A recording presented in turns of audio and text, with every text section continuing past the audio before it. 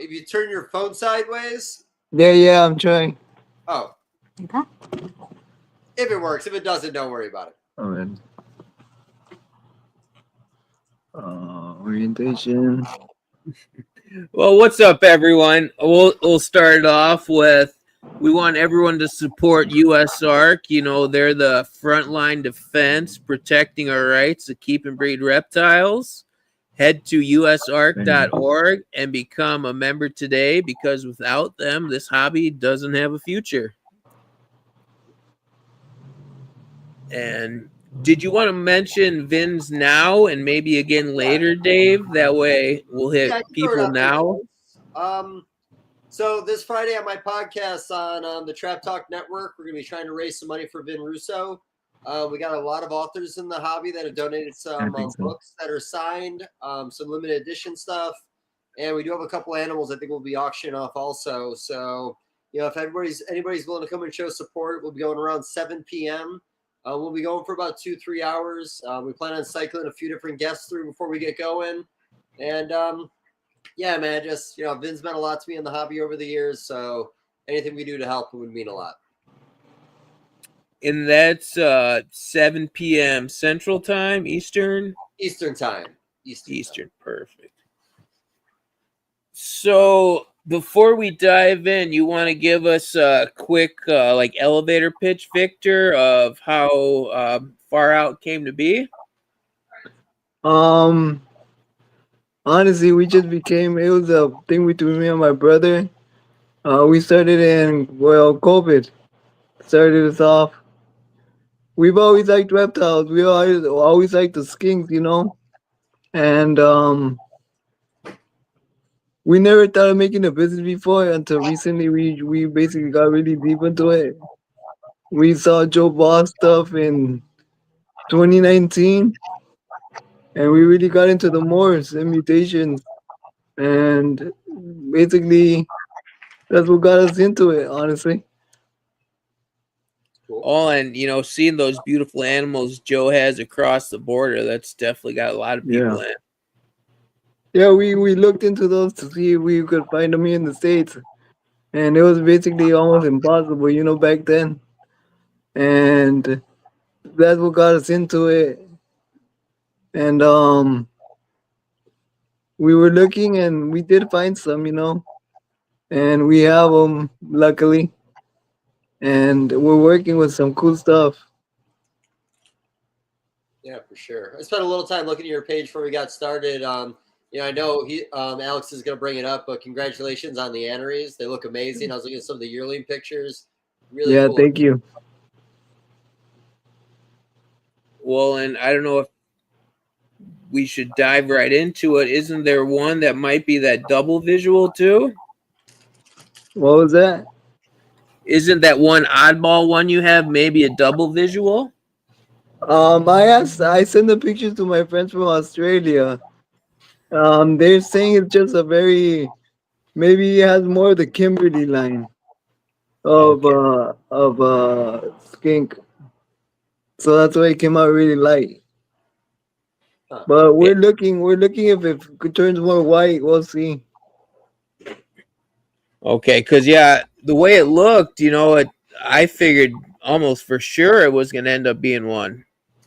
Yeah, I seen pictures of the double visual, and it doesn't look anything like that. And for my friends from Australia, they're saying it doesn't look like it. I thought it has a little more white with black eyes, pretty much, or am I wrong? Yeah, it's supposed to be more white with black eyes. This one's still on the silver side. It's that one in the top, Dave, that we're kind of talking about to give you an idea. I was slowly stalking or getting to his page when we were talking about that. Yeah, you know, I remember seeing some of the double visuals in Australia, and I think he's right. I always thought it was more of a solid. Well, I don't know. Are they usually a little more on the solid white side? According to what I've seen, yeah, they're more on the white side with the black eyes. Fair. This one, the one I have, is more silver. Yeah, the Kimberly comment, though, I don't know if I see that because I think that'd be adding a little more dark pigment, not so much light pigment. So I don't know if they were right or wrong on that one. Well, that's what one of my friends told me, but I don't know. I'm keeping an eye on it. We'll see if it sheds. I'll see if it gets lighter. No, it's really cool. Maybe it's one of those oddballs like popped up in the Easterns years ago. Or no, those kind Yeah. of those faded with time. Yeah. So, have you kept every anery that you've made so far? I have one basically a year old from the first one I made last year. It's big already. It looks like a female to me. Um, and then these that I have right now, I might let go of a couple. Okay. I might keep some and let go of some. It definitely makes sense to keep a few, especially increase your odds for getting Yeah. a pair. Or, you might want to outcross your hypers into them next year. Yeah. Yeah, I might let go of two if anything. I got four. So I might keep two. And then the third one I have, and might let go of two of them. So, I think. oh, go ahead. Oh, I was gonna say, I think that's a pretty good plan. And other than those two, would you say it's been an overall successful year? I think so. It's been a good year. And then I made a lot of ball sets too, as well. Oh, cool. So it was a good year. I was really happy when the efforts popped up though because I didn't expect it. I didn't think it was in the mix, Well, No, I that's never thought of that. I know like the hypers popped up in Canada before, so who knows? Maybe you might have something else. Or have you had anything pop out of the other lines? Not yet. I'm still working on those. But as oh, of now, I only have that one pair that throws the aneries. okay. How big is your collection now?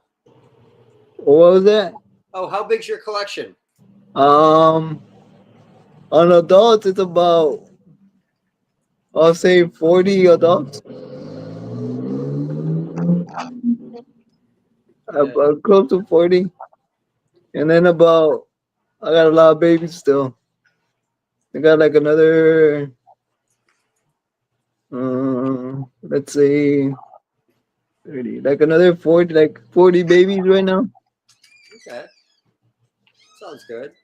Yeah, so on the aneries on the sides, where it would normally be that yellow, is there any yellow tones coming through, or is it like a gray or like a white? Yeah, it has a slight yellow tint to the white Okay. on the main adult. As an adult, she has some yellow to it, but not very bright. It's more white, a very toned down yellow. Okay. So what are you gonna try taking to it to try to get it like more pink or more like gold, like Roger has overseas? Um, how much I was thinking going the original line is red and orange, the underneath tone. So I was thinking throwing maybe my dark line to it, make them darker, more dark tones to them. Okay. I like the idea of going darker. I think that's smart for that project. Yeah, I think it would look cool. More black to them. Maybe get into the pitch dark line Yeah. into No, I them. got one animal from Frank years ago. Love it. One of my favorite dark animals. And I got a couple from Diana. My one Diana dark has been throwing a lot of oranges in the darks, though. Not a bad thing, but it's a unique pigment in the babies I'm working with. Oh, yeah, that's the way I'm thinking of going. Maybe yellows. I might throw into my hypo caramel as well. I like that too. Honestly, I talk about it all the time, but in my corn snake projects, our anerythristics, the line that we got into, they bred a lot of like pigment back in, like reds back in, which gave it like a purple appearance. Now, you already said Okay. you have red lineage in these. I wonder if you add any more, if you could change the tint a little bit. That's what I'm hoping for. Yeah. I'm gonna try. I'm hoping for a male, so I could outcross them. Because the one the adult female I have is it's a female, so I'm thinking of putting the dad back into it to try to prove out the double. Well, that's smart. You'll get a little bit of variety there, and then the ones you hold back, you could take to other aspects also. Yeah. So I'm hoping for a male so I could outcross a lot. What would you add into it, Dave? I would probably try a little bit of everything, to be honest. I'd probably go with the darks. I'd go with the reds. I probably wouldn't. I don't know about the oranges right away. I'd probably go more yellow. The fact that there's still a little bit of yellow kind of showing through on the side, I wonder if you could actually maybe bring some like yellow pigment, but still keep that like gray and black look on the animal. Can you guys think of a line that wouldn't be good? Got to try everything, right? Yeah. I mean, yeah, might as well try everything. See what works. It'll be funny because it wouldn't be the last time this has happened, but I wonder if that lighter one could actually be another mutation that is actually piggybacking with everything else. I know you're going to hold back the light one, right? Yeah, I'm holding that one back. Right. I'd be curious on that. We had Don Patterson last week. He had the Xanthic Westerns pop up and the T positive. Like, that was amazing. Really wild. He sent those pictures over and I was blown away. So yeah, the stuff you have, man. You could have a hypomelanistic gene in there for all you know. Could be lighting up. That could be a ghost. Yeah, hopefully.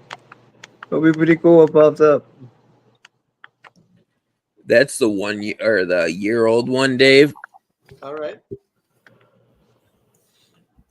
It does have maybe a little pinkish hues, it looks like in the picture, but that's kind of hard to tell. Yeah, it gets pink in the sun. We put him to sunbathe there every once in a while. We put him in outdoors enclosures to sunbathe. Now, have you had any born with blue eyes? Blue eyes. Of these, no. Okay. Because I was talking to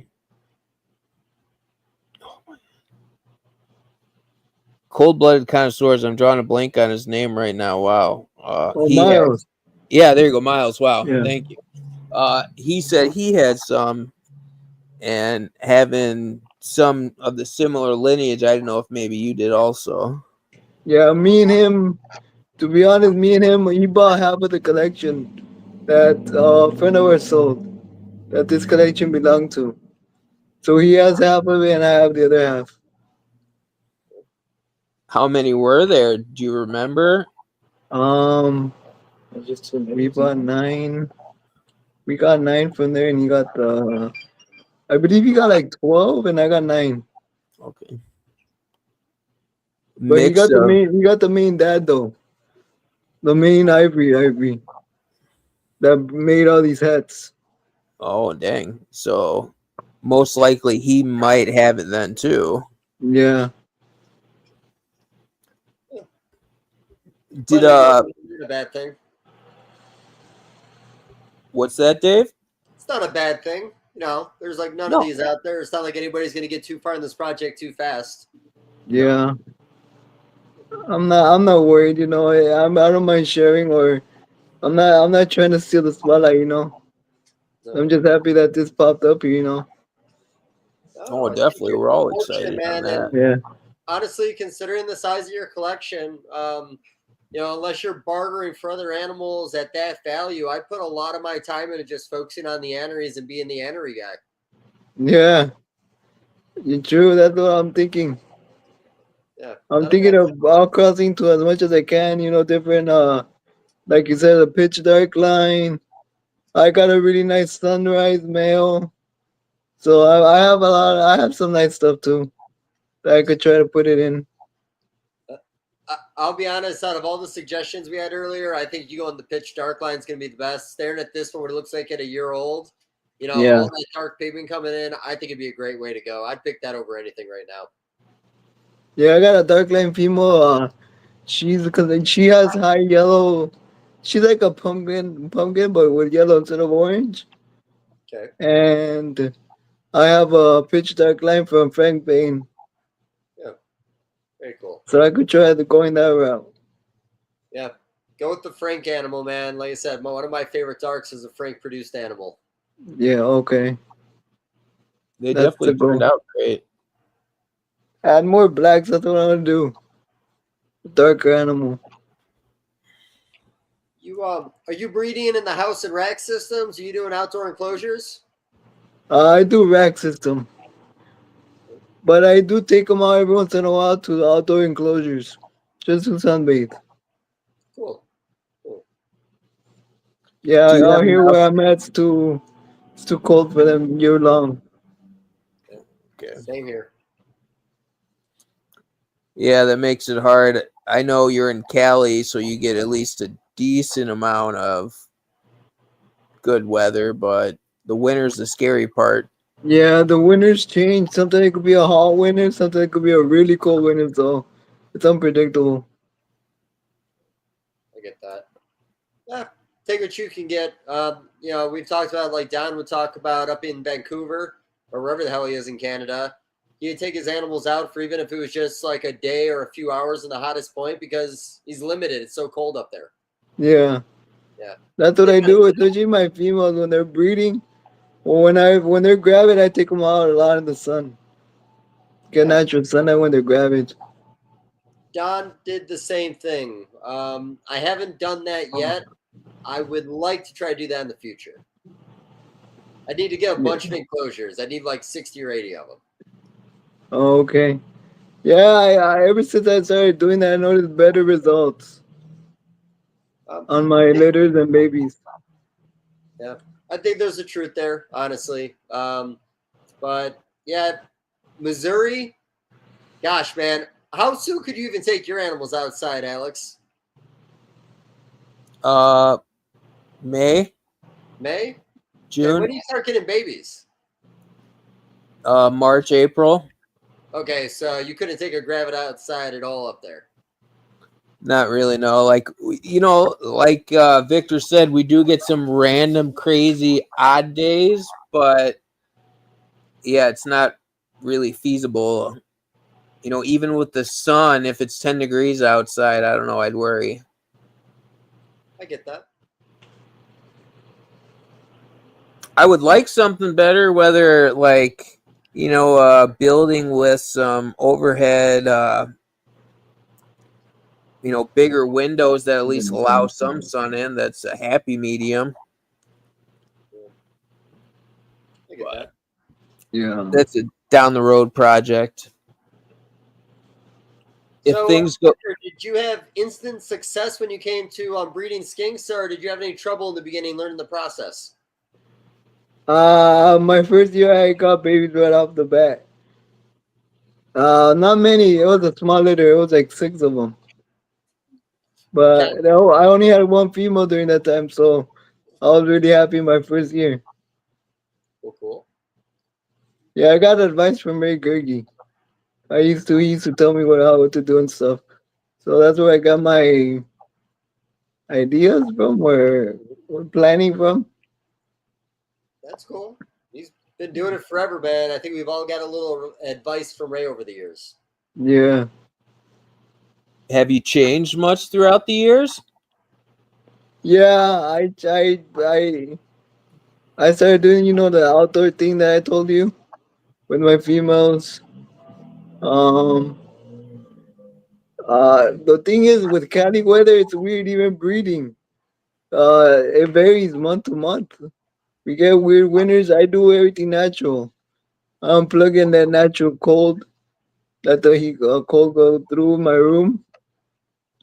Sometimes it gets hot and it kind of ruins things.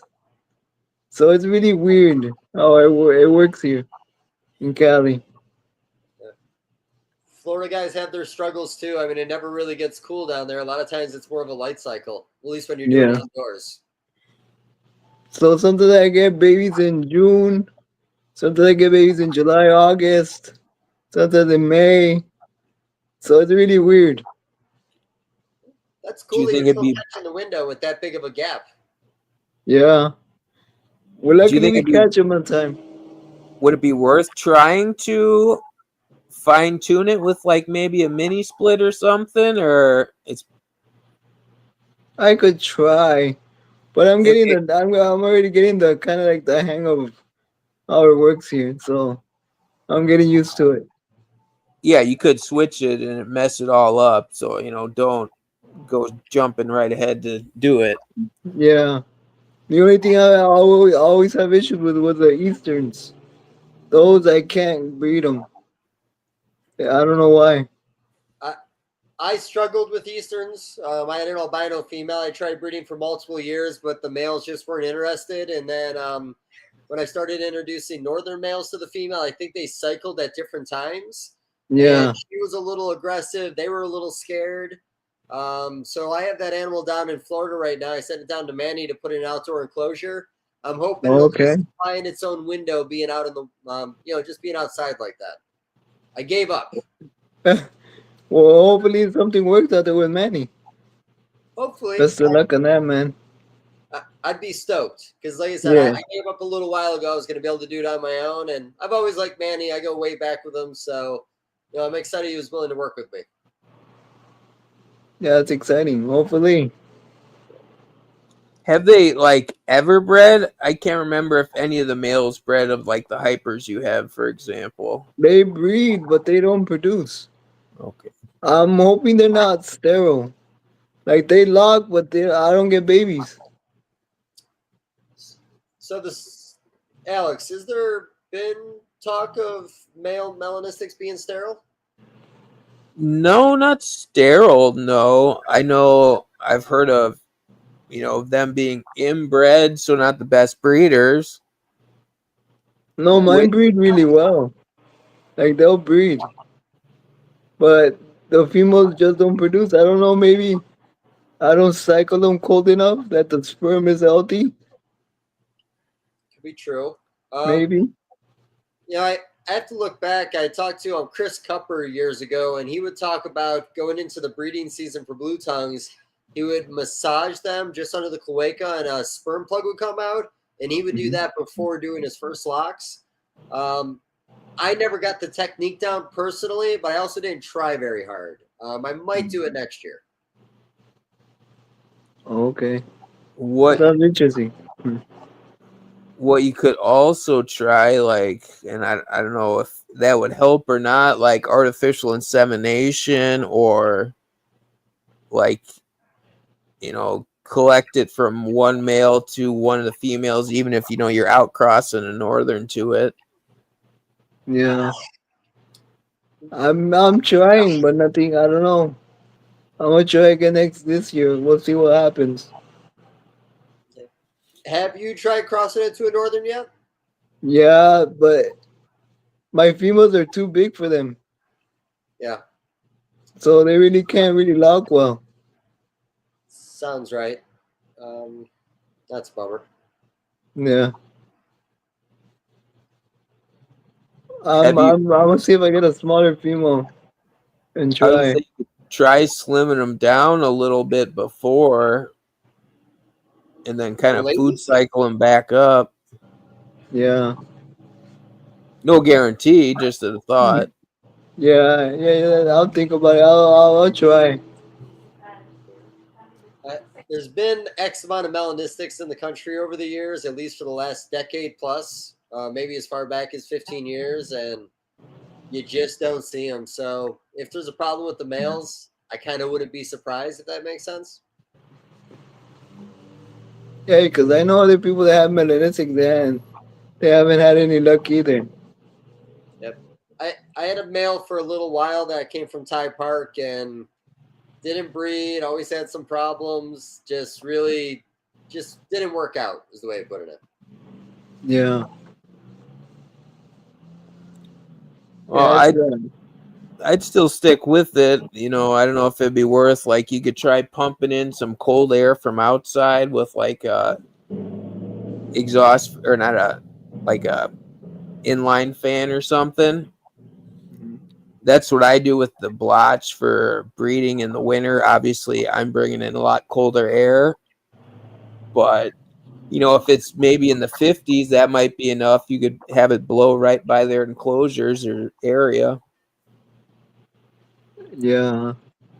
I do everything natural. Open up the window to the room and just let the cold air in. Oh, so shit, you're already bringing it in then. Yeah. I guess the only other, we talked about guys in Europe will do like a 4-6 foot indoor enclosure and they'll have like 1.2 in there. I don't know if setting him up like that, considering he is a good breeder, maybe when they're in the right window, he'll breed them at the proper time. Could have just been missing the windows. Maybe. Yeah. I have females that I'll breed them to males and I'll get a slug out more common than just not getting litters, I find. So even if he was shooting blanks, you would still think the female would be cycling and would give you slugs. But like you said, keep on working with it. One way or another, I'm sure you'll figure it out. Yeah, I'm still thinking with everything, especially the Easterns. I sold my Eastern group already, except the hypers. It's I'm fair. gonna try to mix them into Northern now. I don't think it's a Well, bad idea. I think that's the reality with the melanistic and the albino project. They're going to thrive with northern blood in them. I think without it, I think those projects are kind of dead ends. And if you look even like what Heather's doing right now with her success with the albinos, that was all from outcrossing and breeding possets back together. Yeah, And she's killing it down there. yeah, she is. Would you barter in anery for an albino? I tried. Oh, okay. Yeah, We don't have to and talk about it. yeah, yes, we're trying. Gotta try, yeah, I man. tried. I got a no from the answer. I don't know why, That's fair. but everyone does them. Yeah, nothing wrong with that. I get no's sometimes. Yeah. But So what about, have you tracked any like differences in the head animals, like to see if there's any visual markers or cues? For ivory, yes, you could tell they're lighter. If they're very light, they most likely have the ivory. For anery, I'm seeing some that might be a little. They have like a weird tint to them, like a darker tint. Okay. Like it's hard to explain it, but I don't know yet. I gotta see still. I gotta test that logic, but some look different. all right. What about Oh, eye color in the hats to non-hats? They don't look different. They're still orange. They're still on the yellow orange side. Okay. Not everything has markers. Might be something you notice later on that's more consistent, but like ball pythons a little bit. Like Sunset Project, the head sunsets. Some of Yeah. us have like just a thin stripe down the top of the tail, and some have a little bit of blushing on them, and you can kind of pick it out. But there's a lot of other projects in recessive you can't pick out the hats. Okay, I didn't even know something had markers till Yeah, a now. little bit. In the chocolate browns or the browns on the back, you get almost like a little bit of fading, like a little blushing across the dorsal. And Mhm. yeah, when you get down to the tail, it's like a dot and then just a straight line to the tip. Okay. Yeah, I've seen some people early on were able to pick some of the hats out. When you start mixing a lot of genes in, it can be difficult. But if you're just making plain Jane het sunsets, you can pick them out. Okay. Interesting. Sounds. I don't work with sunset, but it's interesting. Yeah, so you're in the Rainbow Project, which is not something you see every day. Yeah, I'm working. My main focus is the MJ Exotic and Rainbow. Really cool. So I have the GCR Xanthics. I believe they're compatible with the MJ now. I've heard. Yeah. But yeah, I've been playing with them a little bit. I haven't made visuals yet. I've just been making like double hets and triple hets. I'm gonna play with it a little bit, but not too much. I'm in the same boat right now. I'm making hats, a lot of hats right now. Yeah. Triple hats, doubles. Yeah, mainly triples and doubles. That's cool, man.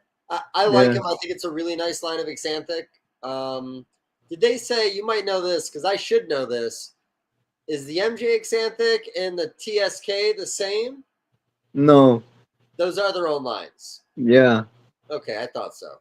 Because I know that Black Xanthic got lumped into TSK. I didn't know if they Yeah. figured out the MJ and GCR and those ones yet. They say GCR, MJ are the same, and TSK and Black Exotic are the same. Okay, interesting. So for the balls, have you just been holding pretty much everything back then? Not really. Only whatever I'm gonna keep. Whatever I like is staying. Whatever doubles that I need, powerhouses, everything else I'm selling. Okay. What, I don't have a lot of space to be hoarding everything. do you think you'll always work with the two species, or do you think you'll put your focus into one or the other? I think I'll always work with those two. That's I cool. really enjoy them both. Yeah. Northern blue tongues are the only real lizard I've ever worked with in all the years I've been in the hobby. I've been doing blood pythons and boa constrictors, different colubrids, but I've almost always had blue tongues around. I've always liked them. Yeah, that's what I started with. That's what we're gonna stay with. If anything goes, it's a ball pythons. Nothing wrong with that, man. There's always more ball pythons out there. Yep. So The blue tongue skink is basically really going into his new voyage, So it's new stuff is starting happening. So I think there's a big future for skinks. I think so. Yeah. Morphs are definitely going to get them there faster now. Yeah. have you seen anyone you know in ball pythons, Victor, start coming in the skinks?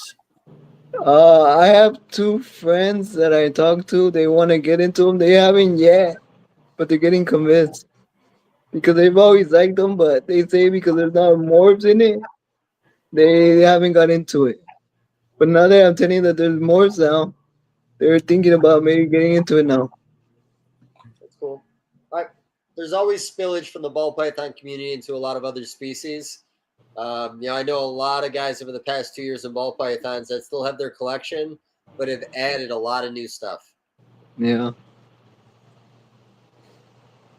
Now, you mentioned, Victor, that you're kind of almost out of room. Is there any thoughts of maybe getting a facility or moving or expanding or?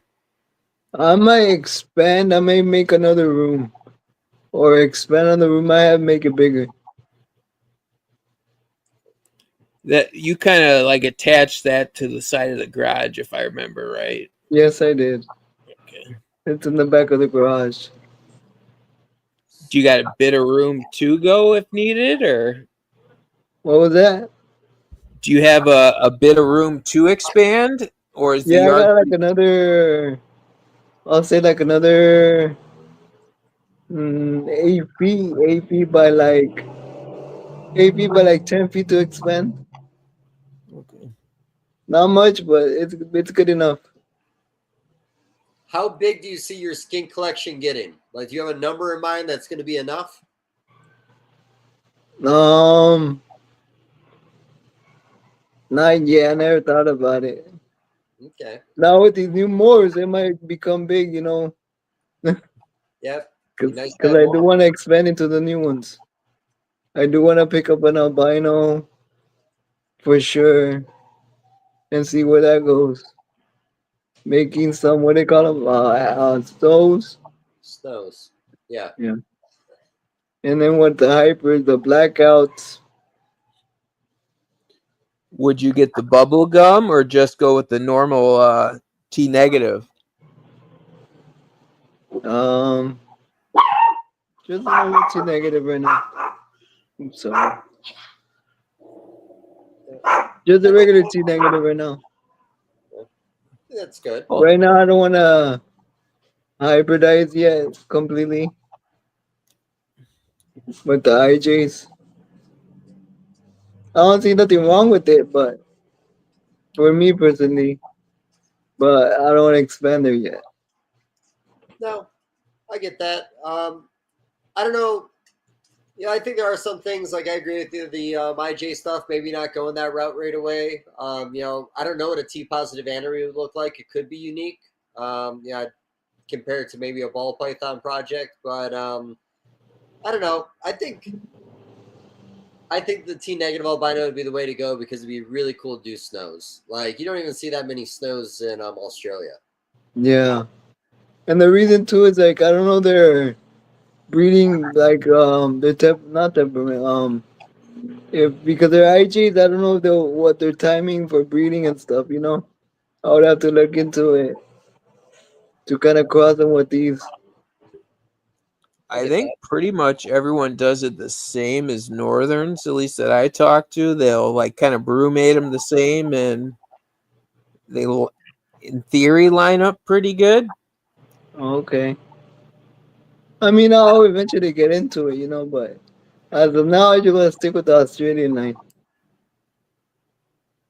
I get Well, that. I don't think they've yet released any of those yet either, Oh, unless Dave knows.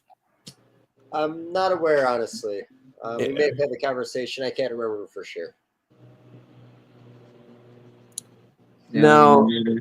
where you live, this probably is not going to really matter much. You don't really do any advanced like humidity systems or monitoring for your facility or your house. No, everything's natural. Whatever is outside is what it runs in my room. I sometimes gotta modify the tubs. I put holes in them, but to help it out a little bit. But the humidity, I really don't have issues. Well, that's a good thing, and I kind of figured as much. It seems Cali's great. Yeah, I keep them sometimes outdoors, like I said, even throughout the whole day sometimes, and they're fine, but only during the winter. That's when I gotta bring them in. Yeah, I've never really had a hit humidity or any humidity issues with skinks over the years, and that's in all the states I've lived in. I've never had an issue. I've always missed it a little bit. I missed a little heavier now because my building's a little drier, and I got them on cypress. But in Buffalo, I do like one of those pump misters. Now I'm hosing them down. But never any RIs, nothing like that. I remember there was a couple companies that got into Northern's pretty heavy that got them a little too humid, and I heard there was some RI issues, but I think they might have been kept in glass aquariums. Yeah, so that probably didn't have the best ventilation. Yeah. Do you think, and this one might be more next year, be worth showing off the anery gene at some of the shows in Cali?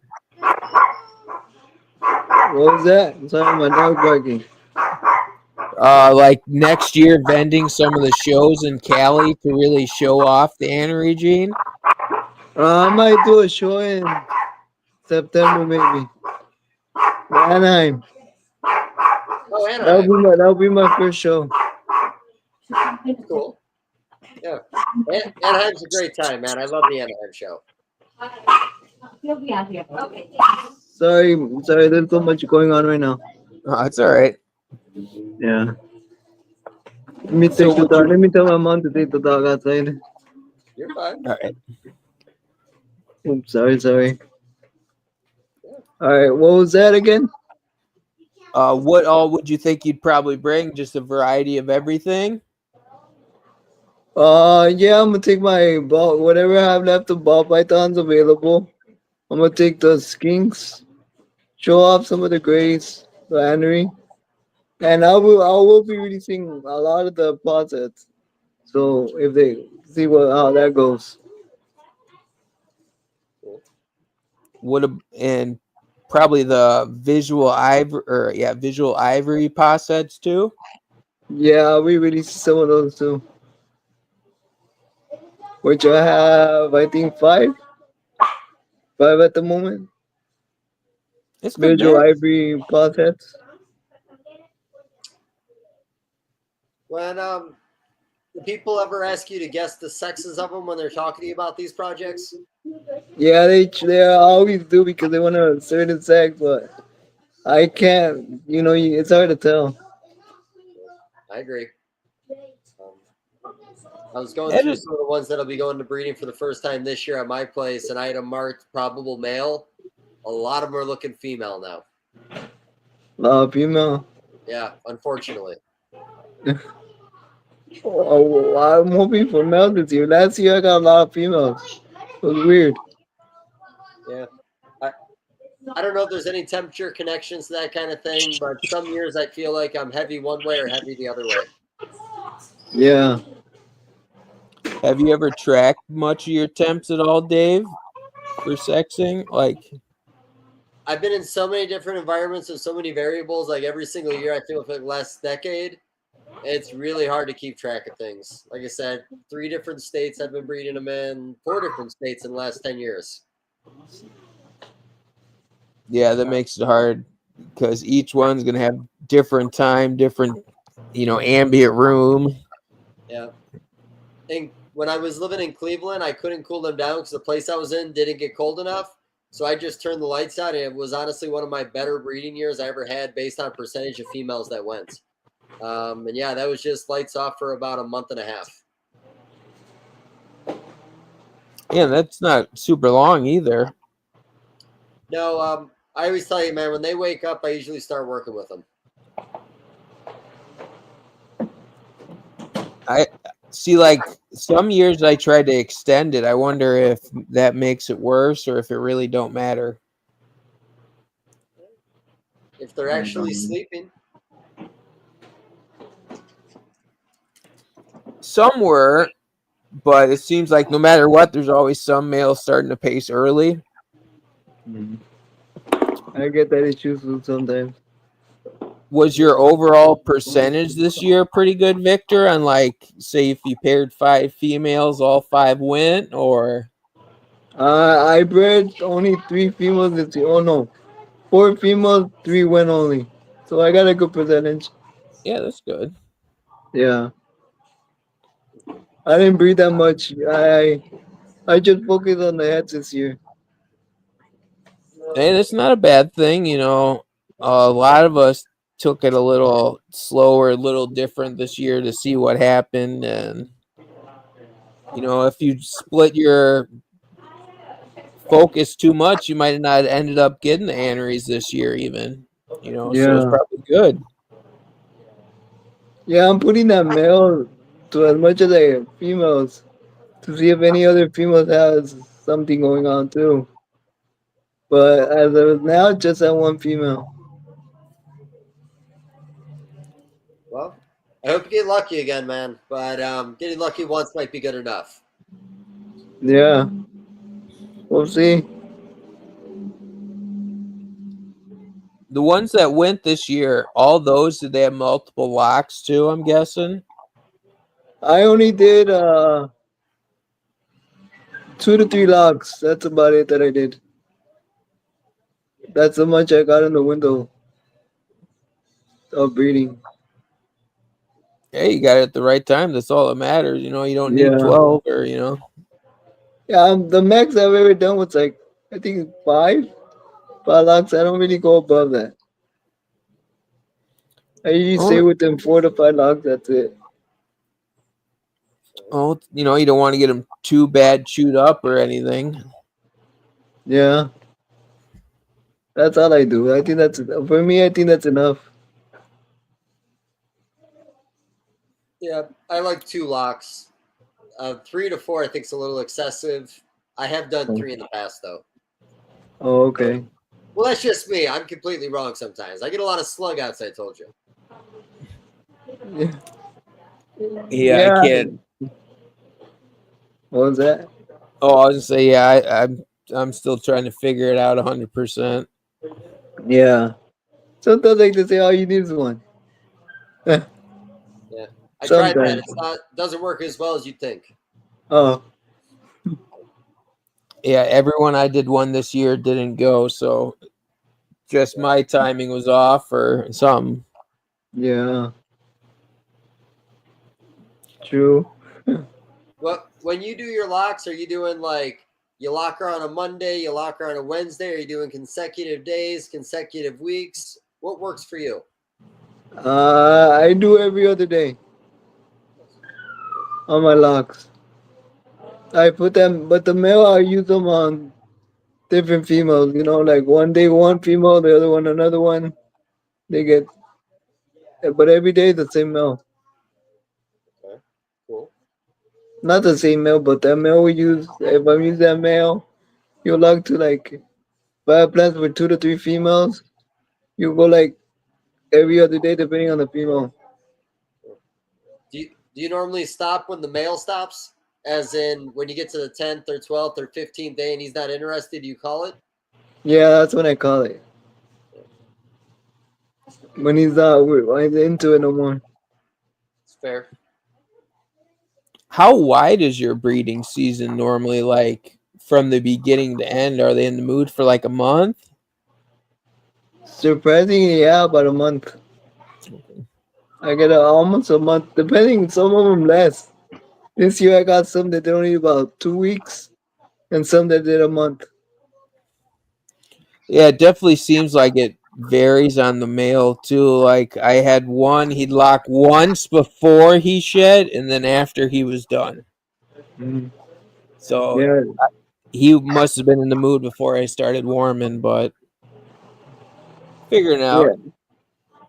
yeah. I think the ones that went early for me is because I think they woke up earlier than the females, and by the time the females were ready, he was already time had passed on them.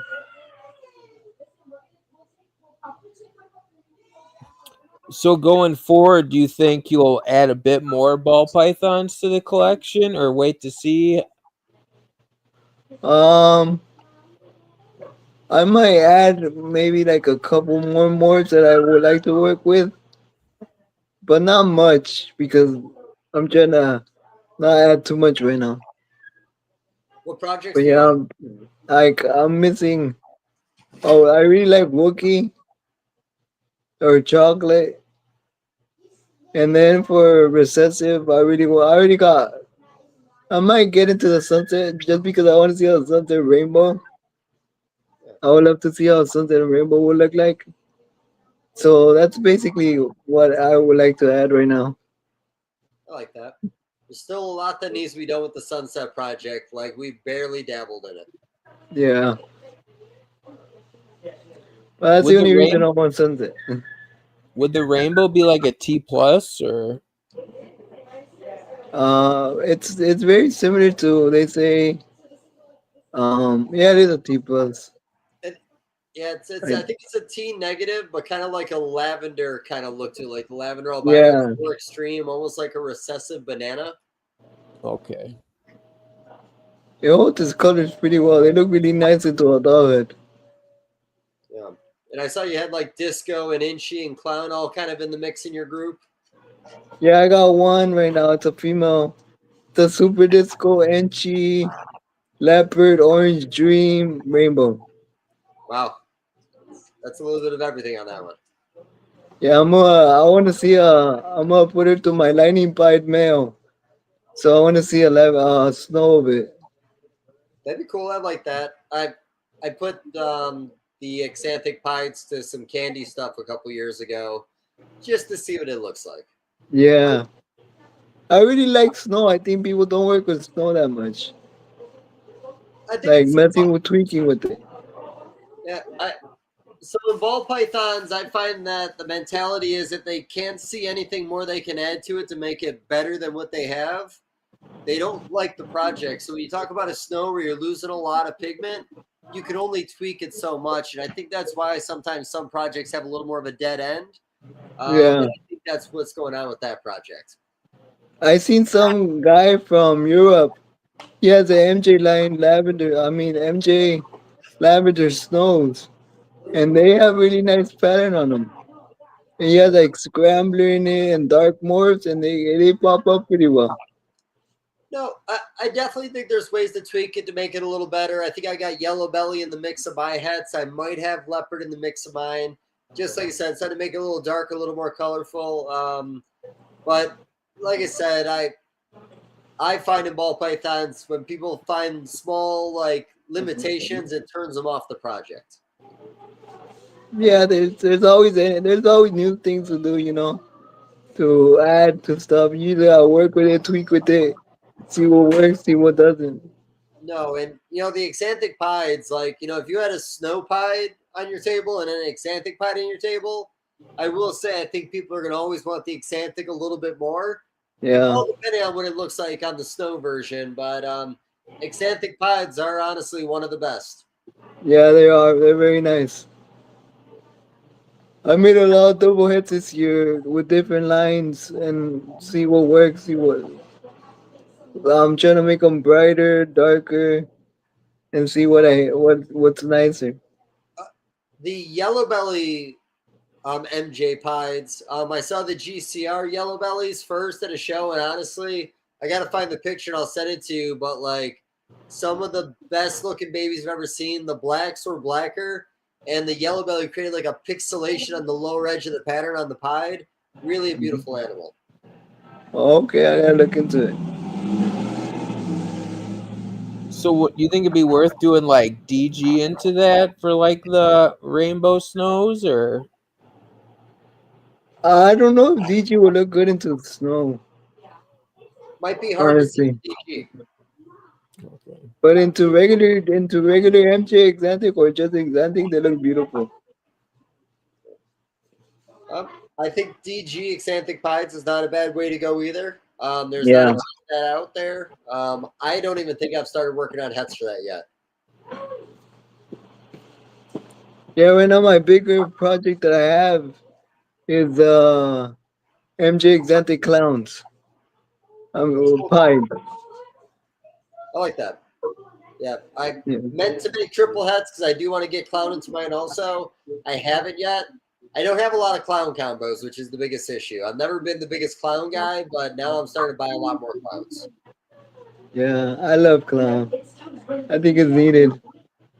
It does a Aren't lot. some people like moving more away from it, or are they still trying to make it nicer? What? Clown. Like I know, like some projects it's still utilized a lot. I think clown goes into everything, right? I think clowns and everything right now. People, that's the main one that's being used. It's an oversaturated one too. Yeah. Don Patterson used to say there was the ball python market and then there was the clown ball python market. And it's Yeah. got to the point now that almost all collections are probably majority clown combos or hets. Yup. Yeah. You can blame Justin for that. That's true. So, do you think that like puzzle would be worth adding to your collection, Victor? Or If anything, I didn't like puzzle just for the reason that it didn't work with clown. okay, makes sense. That's the reason I'm not getting into it. I might get into zebra later too. I prefer zebra.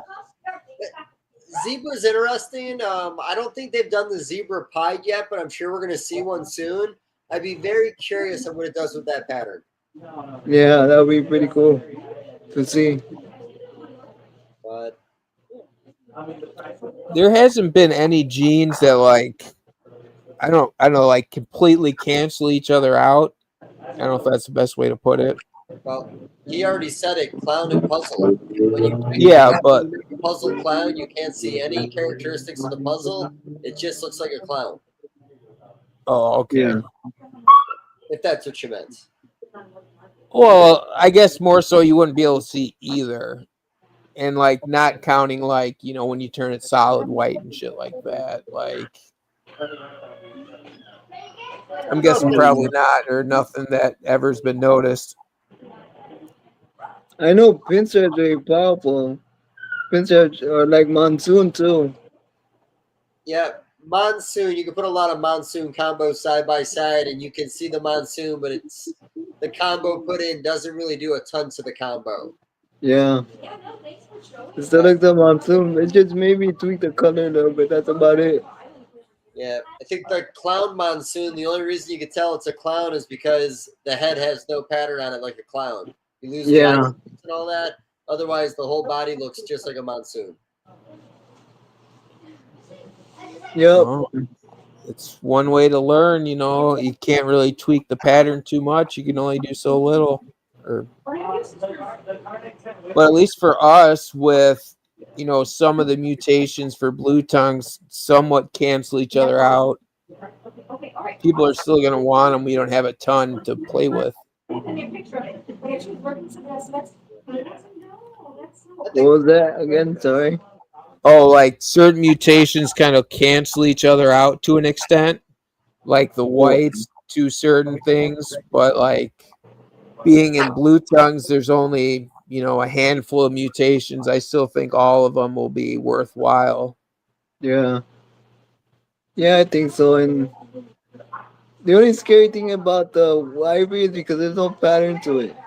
Even if you mix it with anery, it's still gonna be a really, really white lizard, just with black eyes, though.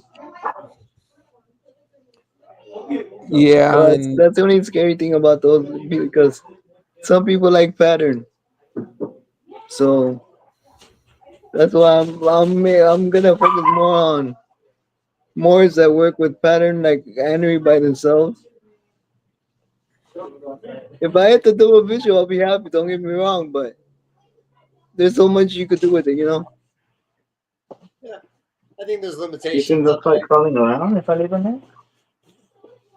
What? Sorry. oh, that's all right. Yeah, I wonder if maybe some of the stuff Heather's working with would end up adding some pattern, whether like the Kit Kat or if that would just still be completely wiped. Yeah, I don't know. We have to see it for the future, Yeah. what it holds. Yeah, I thought her idea of going the patternless project to the whites, if you can get those solid black stripes that go down the side of the pattern on the patternless, maybe show through the white, that could be kind of unique. Not every species has really drastic looks in their combinations, and I think skinks are going to be like that. Sometimes subtleties is going to be enough. I'm still optimistic more stuff will pop up though too in the whether it's pattern or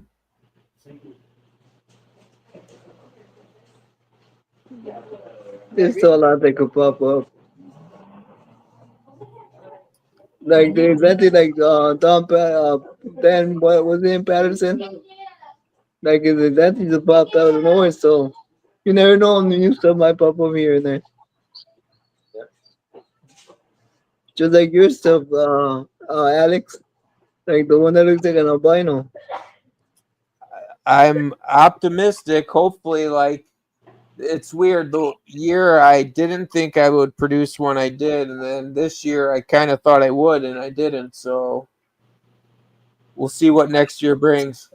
I held back all 6 from that pairing. Yeah. Let me ask you guys this.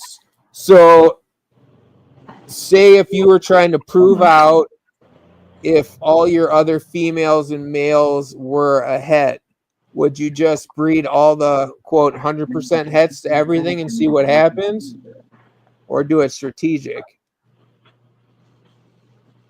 What I'm gonna do is put them back to the dad, my females that are posets, to try to prove them out. The males, unfortunately, I can only breed one male to the mother, so it's gonna be a little bit harder there. Well, so what if you didn't know which was hets? Like, so say you're trying to prove out in your other northerns, for example. Do you think it's better to make 100%, or is it worth adding more possets to the mix? I mean, 100% is always the way to go, honestly. In that situation, which I'm probably gonna do this upcoming year. What do you think, Dave? When you start talking posets, that's a lot of volume and animals added into your collection when you start playing that game. So the 100% hets, maybe it takes you a little slower to get you going. yeah, I can maybe see some things done early on, but I prefer 100% hets. Yeah. Especially when it comes to double heads. If they're boss double head, they might have one or the other, or they might have both. It's not always that they're gonna have both, you know. I agree. Do you think it would be worth for Victor to start saving anery sheds for the future for like RGI? So, not a horrible idea, but I will say that, when I talk to them about that process, like if they were going to do a pied one, they would need 100 pied sheds from 100 different pieds. I don't think they would want multiple sheds for the same animal. I think they really have to when there's 100 anery sheds out there, you can start the conversation, the test, but I don't think we're going to be there for a while. Okay. I was guessing more like 10 or 20. I didn't realize it was 100. I think they do a minimal of 100 to kind of get the process started. I think they want at least 100 positives in a row. Mm. But it gives you a good sample size. Now, if we can get them working on sexing them with sheds, that is what we need them working on. Yeah. So, and That will people keep help out a talking lot. about it. I think we'll have it someday, but I just don't know when. Have they been able to keep up with ball python sheds, to your knowledge at least? I think the wait time is 3 to 4 weeks sometimes. So, everything they do, I think in like batches. Like if today's a clown day, they'll do a huge batch of clowns. If they do monsoons, they'll do a huge batch. So I think that's kind of how it goes, I believe. But no, it takes a few weeks to get your results back. Well, and usually you don't need it super quick anyway. You're not breeding till the following year. Yeah. There's a lot of breeders that if they're going to sell babies, they want to know if they're het or not. A lot of these people will save the first shed. So by the time they get 3 to 5 meals in the animal, they get the results back and they can sell it as a het or a non-het. What's the minimum age you can sell ball python? I know that's going to vary, but depends on the breeder. If you guys have ever been to shows, I've seen breeders take animals out of the incubator, haven't even had their first shed yet, put them in the display and try to sell them.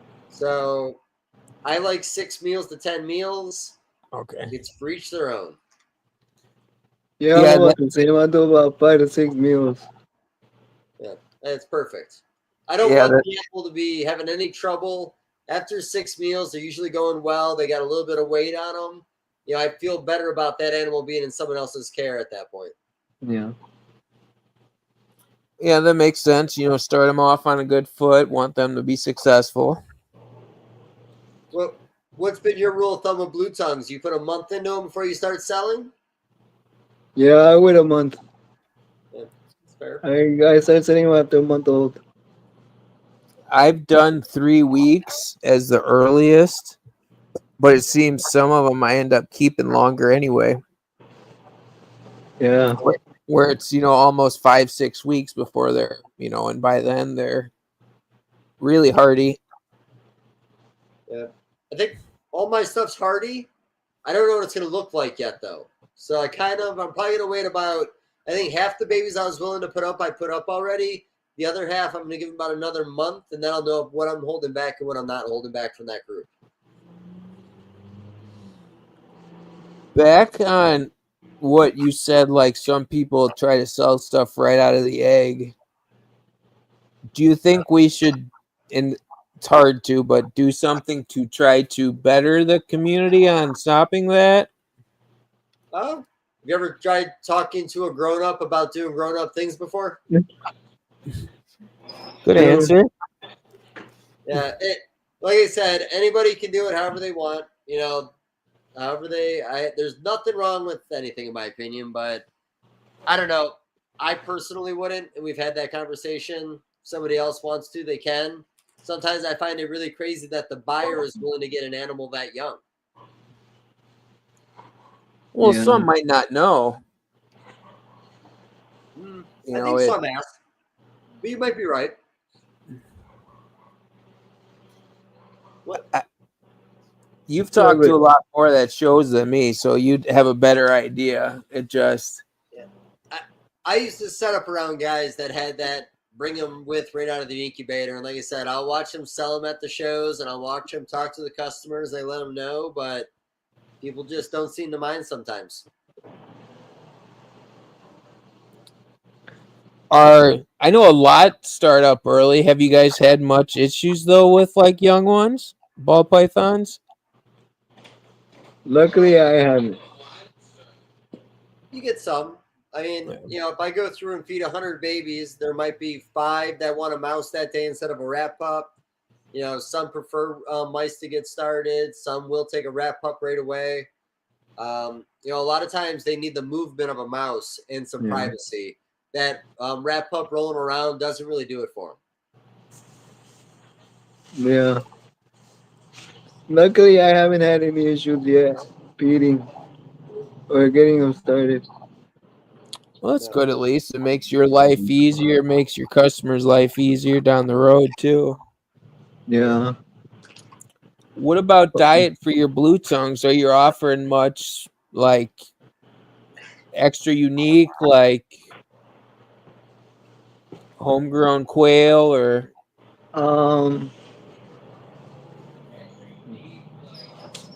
Not really, just the typical snails.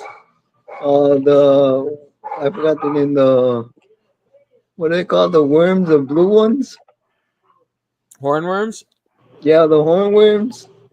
I would give them mice or rats, wrap ups for the adults, especially during gravid season. If I know they're breeding.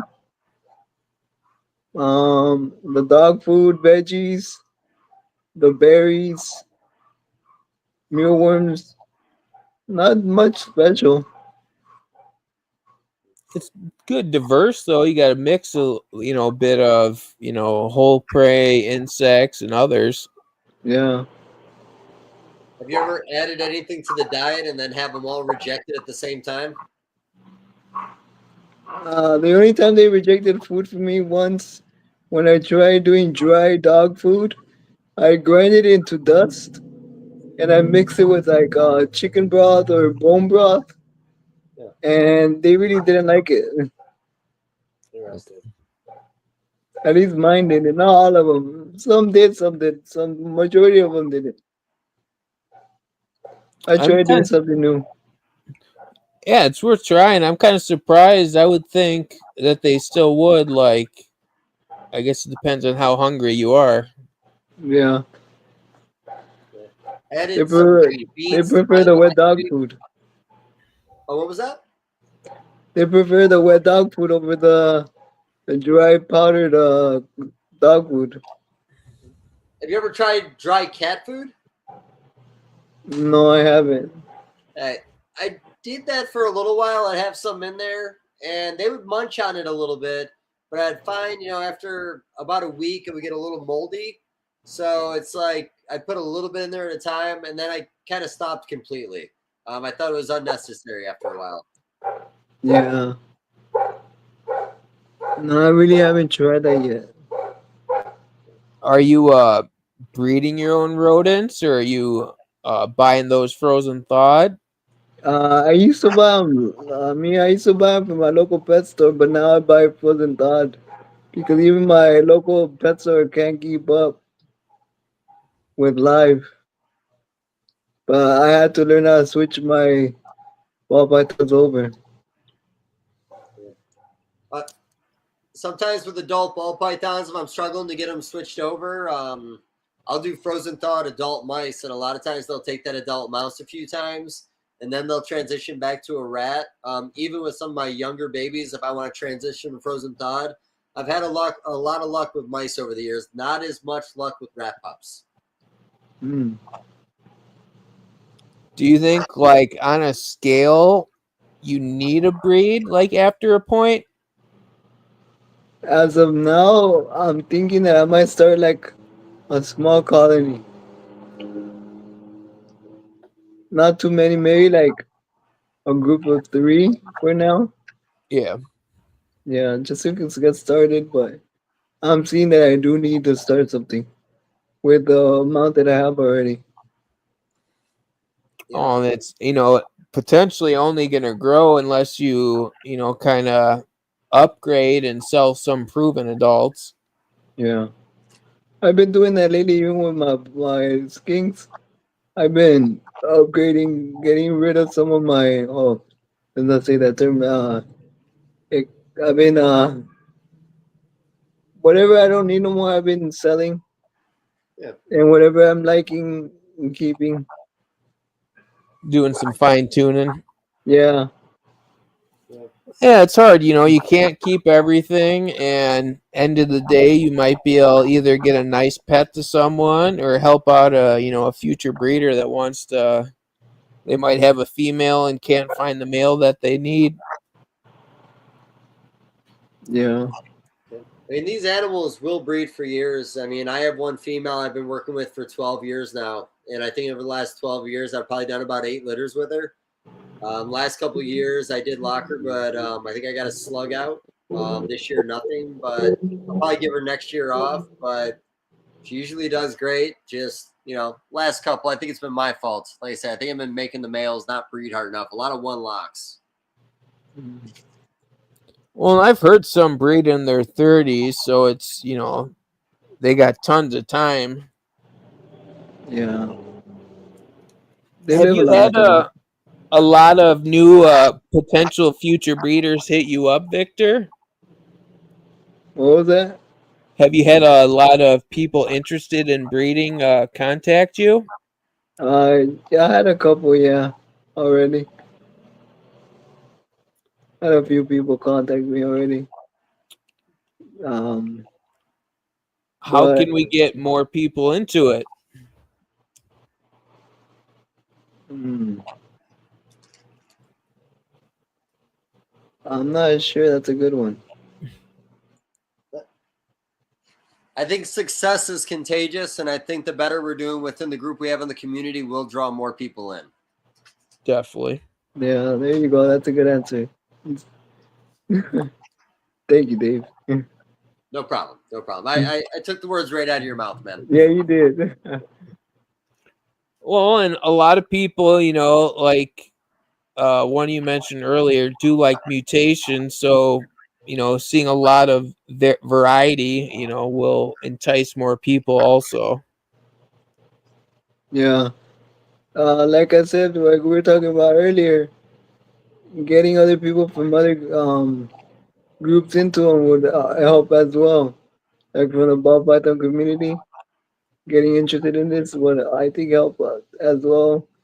Getting them more spotlight, I guess you could say. If bigger breeders get into it. Oh, you broke up. I missed that last part. They're getting bigger breeders from like ball python community In the into it. Skinks? Yeah. Well, I made the comment to Alex the other day, but Ken Masick, who is a big ball python breeder on the East Coast, was down at Heather's place getting some head albino stuff. So, like I said, you hear talk in that community, but you need other ball python guys doing it to get the other guys going, in my opinion. If there was somebody a little more well known in the community that was showing those animals off, and Ken Masick is a good example of that, I do see sales coming in. To be honest with you, like I said, ball python people like to change things up. The only thing that hurts is they want to know the sex of their animal when they buy it. I do think that puts people off a little bit. Yeah, that's true. But, Yeah, not everyone has multiple animals where you could plug and play. Like, end of the day, if I get a female albino, I'll have a male to breed to it. Mm. True. Just like the aneries too, you never know. What I might keep might be all females, which I want to male, but you never know. it's going to be whatever you don't want it to be. Yeah, I know. It always happens. Now, I know he used to keep some, Dave. Do you know if Vin plans to get any more skinks or? So I don't really know exactly what Vin's plan's going to be after the fire. There's a part of me that I believe he will probably go out to try to get a couple things. To be honest with you, if I do hear that he is rebuilding, I will offer him some babies just because. But no, it's kind of hard to say. I've only talked to him shortly. I didn't really want to bother the guy too much, considering everything that happened. Makes sense. But Yeah. if he does, like I said, I've got some babies waiting for him. And the auction you're having for Vin, for the people that missed, it's Friday on Trap Talk at 7 Eastern. Yes, 7 p.m. Eastern. And, like I mentioned, I called a couple people in the hobby. So, like, Craig Trumbauer is going to donate a hard copy or a hardcover of one of his books signed. I'm waiting to hear back from, who else do I have? I'm drawing a blank right now. That's why I don't do things like this. Craig Trumbauer. Nick Mutton's going to do a signed copy of his book. Kevin McCurley is going to do a signed copy of his book. I have one other yes. I don't know why I can't remember his name in this moment. And I'm waiting to hear back from John Barry to see if he's willing to send something in. And I'm probably going to make a couple more phone calls tomorrow. And I know when it comes to auction animals, I heard there was going to be a couple unique green tree pythons. And we'll see what else happens. I want to have a good, 10 solid books going in. And I might even hit up Darian with MorphMarket, see if he'll donate pro subscription or pro, whatever the heck you want to call that, membership. That's a good idea. Yeah, I'm sure he would do that to help. Maybe some credits for shipping. So yeah, I got a little more work to do, but we're not going to try to have too much stuff because I don't know how many people are going to be there, but we're going to try to have some really quality things to auction off. Sounds good. Yeah, something. We'll see how it goes. Yeah. I'm always a little scared about this kind of stuff. Yeah, it's hard. You plan the best, and I plan to help promote it some too. The little reach I got. Appreciate that, honestly. Yeah. Have you heard anything? Probably not on cleanup or anything, I'm imagining. Wouldn't know about that. I'm sure they got together and got it taken care of. When things like that happens, usually a couple buddies come over and you get it done. No, that's one of the things we all worry about is fires, and it's scary reality to keep in mind. No. Yeah. After it happened, I went to my building the next day. I started rolling racks off the walls. I started checking probes, made sure wires weren't crossed, really kind of looked at everything. I noticed one of my baby tubs didn't go felt like there was a little resistance in the back when I went to go put it in. I noticed the heat tape was pushed up a little bit right there. So I pulled that animal out of that slot, marked it, and I'm probably going to redo the heat tape on a bunch of stuff. Like I said, you never think it's going to happen to you, and then it happens. So I'm scared shitless always. We have fire extinguishers. Do you think it's beneficial to have more? Well, the sad thing about fires in this industry is there's never anybody there when it happens, it seems. We're always there with these animals, and it seems like in those hours or not is when things go wrong. Yeah, I do think it's always good to have a fire extinguisher or something laying around if anything's going to happen. There's really no reason not to. I've thought about sprinkler systems over the years. Now, the worst thing about a sprinkler system is the animals in the top tubs will probably drown. So that's things you got to keep in consideration if you're going to put sprinkler systems in your collection. Yeah. But honestly, keep an eye on your heat tape. Trying not to cross your wires. Replacing your heat tape every 10 years is not a bad idea. That's about where I'm at right now. ARS and Freedom Breeder racks, I've not heard of many fires. I think that metal plate in the back where they have the heat panel, I think even if that heat tape overheats, there's really nothing that it can start on fire. Where when you have these PVC racks and the tub is floating above the heat, when that starts overheating, a lot of times it's that plastic that melts on it. And then I think at that point it starts turning to a fire or at least smoke. I made mistakes early in the hobby, half-assing it with dimmer switches and homemade racks, and I don't know. I think I was like 24, 25. All my animals are at the front of the rack. I went to go pull it out, and the back of the tub was already melted. So, like I said, I've done dumb shit over the years and tried to learn from it.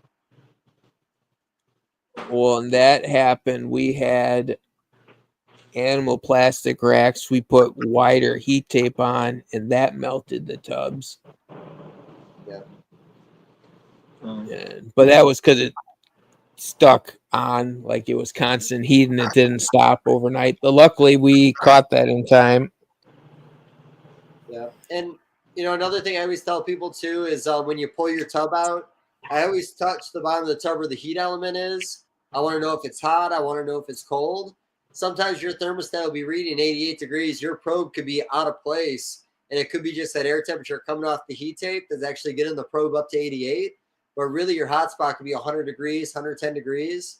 So, little things like that, I'm always kind of checking. Even when I go to people's collections and I'm opening their tubs, I will always touch the bottom of their tubs.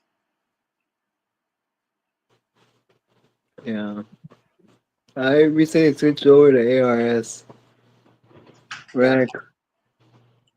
All my skinks are in ARS racks. I've got 4 of them. That's about as big as I want the collection to be. I do have 1 extra CB70 on the side just in case, but those 4 racks are more than enough for my collection. Yeah. Yeah, I just ordered another one today. So very cool. Is that the blood python size tub with the window in the front? no, I don't have any of those.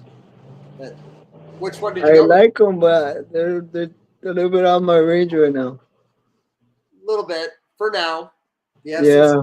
Your aneries, I'm sure your enclosures will always be getting better at the same time. Yeah. Well, once I grow, everything will grow. Yeah. That's my plan. I'll upgrade everything as I grow and as I grow through this business. I think I started with PVC racks. Then I went to IKEA and found a nice tub 10 years ago. I built all my skink racks out of this tub that I really liked.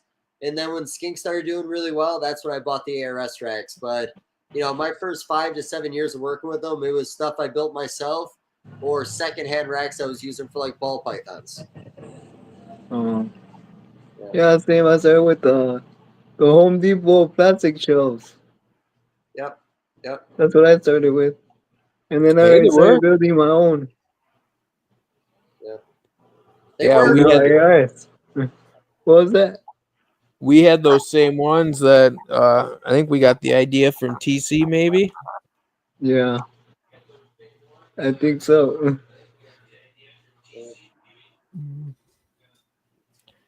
If you can get into one other species, Victor, do you have any in mind, or you pretty much maybe if it would be, it'd be another type of blue tongue like shinglebacks, or? I think I might, for now, I might stay in the skink realm. Maybe like an alpine or a shingleback, or I even like the westerns. I really like those too. Do you think you can get them cold enough to breed, or you might have to do like a wine cooler? I think I could get them cold enough here naturally. Like I was thinking, I gotta test everything. If not, I would have to do a night, like you're saying, a cooler on them. Like I was thinking, like on the alpines, the weather and everything, doing everything correctly, I might be able to keep them outdoors because of how cold it gets here. Setting it up correctly. I think I figured it out. I've been seeing that I might be able to do outdoors on them all year long. That would be nice. Yeah. That'd be cool. But I gotta test it first, Gotta get into those species and then see if it works.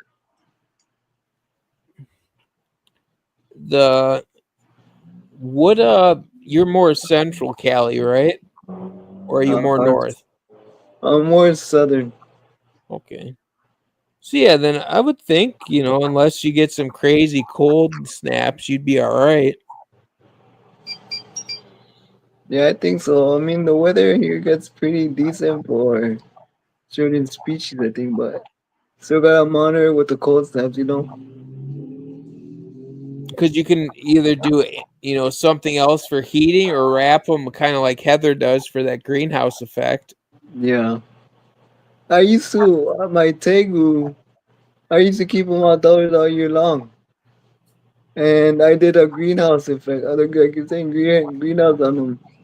And he did it just fine. Do Yeah. you still But have the tegus or no? no, I sold everything. Okay. I didn't have the room for him. Well, that makes sense. And them being a bigger species, not everyone can keep them. Yeah, and then also, I mean, it was too much to work with, you know, too many big species, and then the time with the skinks and everything, and then I was getting a lot more skinks. So I was like, I prefer to just work with the ball pythons and the skinks in the end. Does your brother have a favorite between the two or not really? He says he prefers the ball pythons because they're a little bit easier to manage. Cleaning and everything's a little bit better on them. Feeding, Yeah, not as skinks can, end up painting with their poop at times or being a little yeah. dirty. They like doing their Picassos. Yeah. I always find them to be a little easier than the ball pythons. They're always eating. Their poops are really small. Spot cleaning can be really easy if you stay on top of it. Ball pythons, they'll paint their tubs too. You've seen it. Yeah. Well, I mean that's what he says. I mean, for me, it's always I think the Brutons are easier personally. Well, it could just be he likes them overall a little more, which it's not a bad thing. They're a great Yeah. species. Oh, Yeah. Yeah. We got into the ball python because of him too. I liked him, but he's like he pushed a little bit more to get into him. I was like, all well, right, and having me as a big brother, I was like, all right, let's do it. yeah. Well, and diversity is a good thing. Not everyone likes the same thing. If you guys start doing expos, give you some variety to work with. Yeah. Also, like another species, like if it's not skinks, I might think about doing beauties. Oh, that'd be I cool. like that. My brothers always liked them, so we might venture into that maybe later in the future as we grow. Would you do like the blue beauties or? I really like the monsters, the red monsters. And then I heard my friend that I have, he has an albino one. So maybe into those. There Like you that. go. Yeah. So So if you were thinking your guys' 5-year plan, what would that be then? hmm. For sure, mainly right now, 5 years. Focus more on the working with what we have, growing, making more bigger projects with the anery. I will be getting on like the other morphs as we go and trying to make doubles projects on the skinks and ball pythons producing what we've always wanted to produce by then. So pretty much keep growing the projects you got and advancing the genes as you go. Yeah, exactly. About getting anything new, we'll see. We're not sure yet. Within the 5 years. Well, and with that, you never know what happens. Something might pop up you guys have to have, and shit, you never know. Yeah, we'll see. And then, like you're saying, plans change as we grow. I think you're focusing on what you have now, two species, doing everything right, moving from there. I think that's fine. I mean, I think we're all addicted and we always want to get new stuff, but being great at one or two things is kind of better sometimes, in my opinion. Yeah. Like we were talking about earlier, we're gonna mess with the color spectrum of the anery, put them into other color mutations, see what pops up on there. You have years of work to do on that project. Between the Yeah. line breeding, double heads, triple heads, possibly in the future. Like in 15 years, we'll still be having the conversation of what you're trying to do with it. Yeah, that's true. We'll see what the future holds. Well, if Dave didn't have any other questions, where's the best place for people to reach you, Victor? I'm basically in every platform. I'm on TikTok, Instagram, Facebook. Yeah, I'm on those. Yeah, that's the best place to get me at. Oh, and I'm on YouTube as well. Cool. Well, thank you guys both again, and thank you for helping co-host Dave. I hope you guys both have a great rest of your night, and thank you guys all for tuning in. Thank you also for having me on.